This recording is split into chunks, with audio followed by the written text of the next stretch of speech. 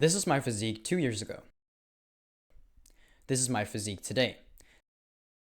To make my transformation from a pretty average physique to an aesthetic physique, I had to try so many different things. I probably ended up trying 100+ things, and in this video, I'm going to be talking about 5 of those things that actually stuck with me and helped me on my journey to building the aesthetic physique.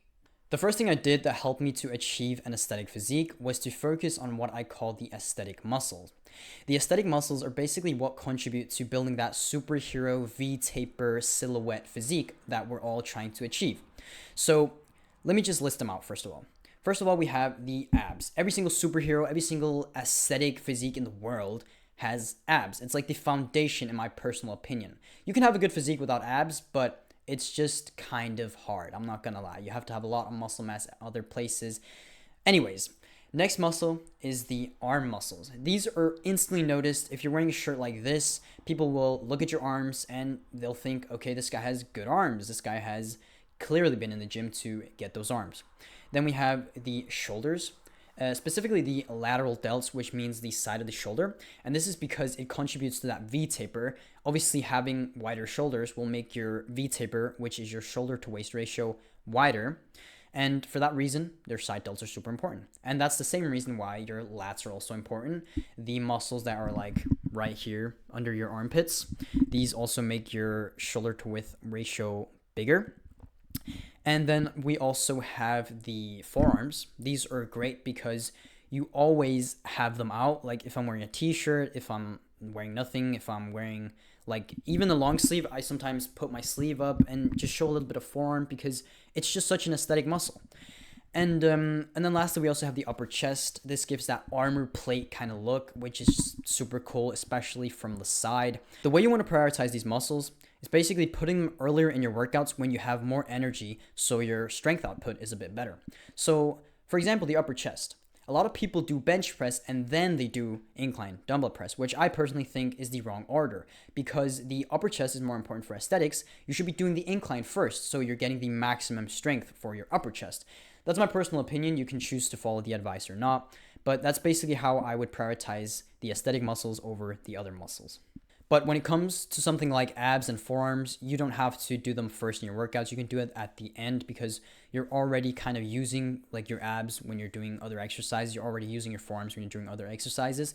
That doesn't mean you shouldn't be isolating them, but you don't need to be prioritizing in the way that you're doing them first in your workouts, you know? The only supplement I've been consistently using since I started lifting is creatine.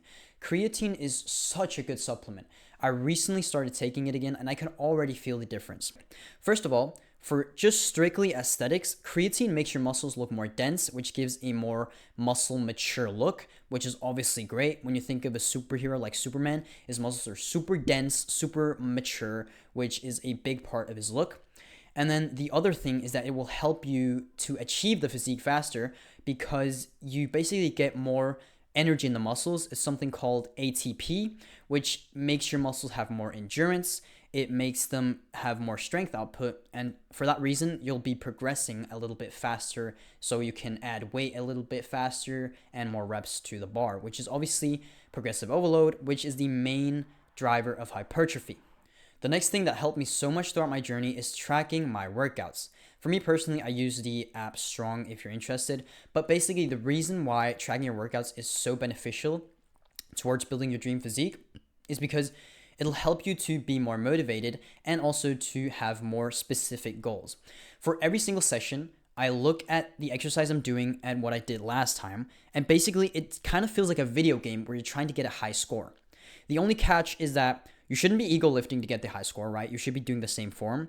But basically what it does, when you have a very clear goal, it makes you a lot more focused, hyper-focused on the set. And for me personally, I feel like this enhances every single set. It just makes me so much more locked in and focused when I have a clear goal. But other than that, it also just helps you kind of see this perspective. When you look at the numbers you used to get when you first started training and look at the numbers you get now, it just kind of makes you happy. And that gives a little bit more motivation to keep going in the gym. At least for me, when I'm feeling down, I just look at my oldest workouts and how far I've come. And it just kind of gives me that boost, like, damn, I was like all the way down here back then and now I'm here. So If I could get from there to there, I can get from here all the way up to there. So yeah, inspirational, man. The fourth thing that helped me significantly improve my workouts was having caffeine and carbs before my workouts. This is something I used to not really even think about. I would just like eat a banana and then just go to the gym. That's obviously carbs, but it's not like really that good.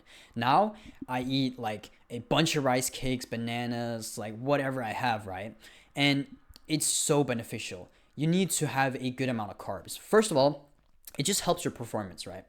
It makes you have more glycogen in your muscles, and that will make your muscle endurance and strength better. So you'll just get better sets, better progressive overload, which again, primary driver of hypertrophy.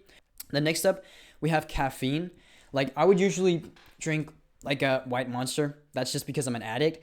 But if we're being real, you should probably be taking pre-workout if your goal is to optimize your performance, because pre-workout has caffeine and other like ingredients like beta-alanine, L-citrulline, whatever, right? So yeah, this will obviously make you perform better in the gym. And honestly, yeah, there's not really that much bad to say about caffeine and carbs before a workout. You should just be doing it if you want to get results faster. Now, the fifth thing is only if you want to be aesthetic all year round. I don't want to ever bulk aggressively. The reason why is because if your goal is aesthetics and you want to look good all year round, then you shouldn't be doing an aggressive bulk. You shouldn't be putting on a bunch of body fat, right?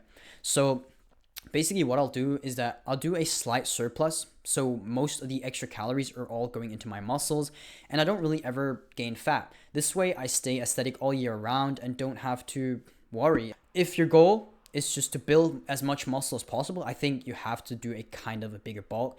But if your goal is just to look aesthetic all year round, then you can still do a bulk, but just don't go above like 18% body fat, in my opinion. I don't think you should ever be going above 18% if your goal is to look good all year round. But honestly, those were the 5 things I wanted to talk about today. Like and subscribe if you enjoyed the video, and I'll see you next time.